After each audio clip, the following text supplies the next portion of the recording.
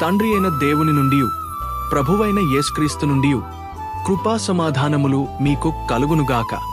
ఈరోజు దేవుడు తన పరిశుద్ధ గ్రంథములో నుండి మనకు అనుగ్రహించిన నేటి దేవుని వాగ్దానము యెషయా 30వ అధ్యాయము 19వ వచనం. ఆయన నీ మాట వినగానే నీకు ఉత్తరమిచ్చును. నా ప్రియ క్రైస్తవ సహోదరి సహోదరులారా, దేవుడు తన ప్రజలపై దయచూపవలెనని కరుణించవలెనని ఆశించుచున్నాడు.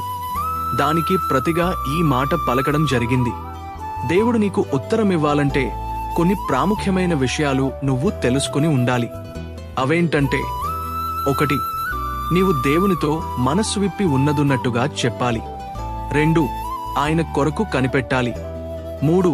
ఆయన వాక్యమును గైకొనాలి. 4. నీతిమంతునిగా జీవించాలి. 5. పాపములు విడిచిపెట్టాలి. 6. మూర్ఖత్వము విడిచిపెట్టాలి. 7. దోషములను మానాలి.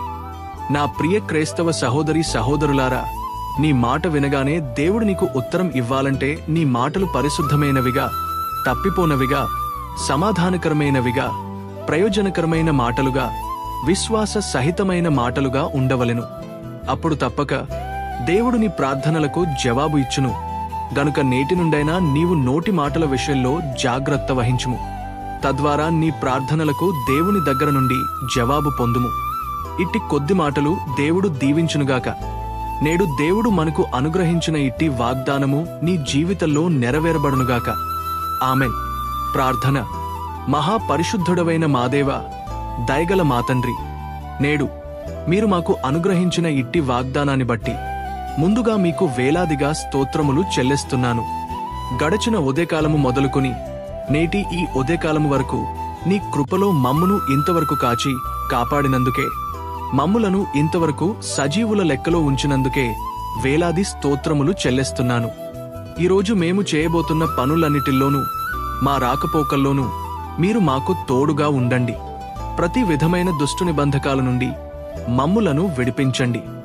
బీపీ, షుగర్, థైరాయిడ్, కిడ్నీ వ్యాధులు మరియు ప్రతి విధమైన వ్యాధి బాధ, బలహీనతల నుండి విడిపించమని ప్రార్థిస్తున్నాను.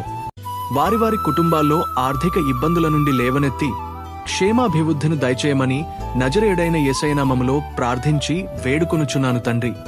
ఆమెన్.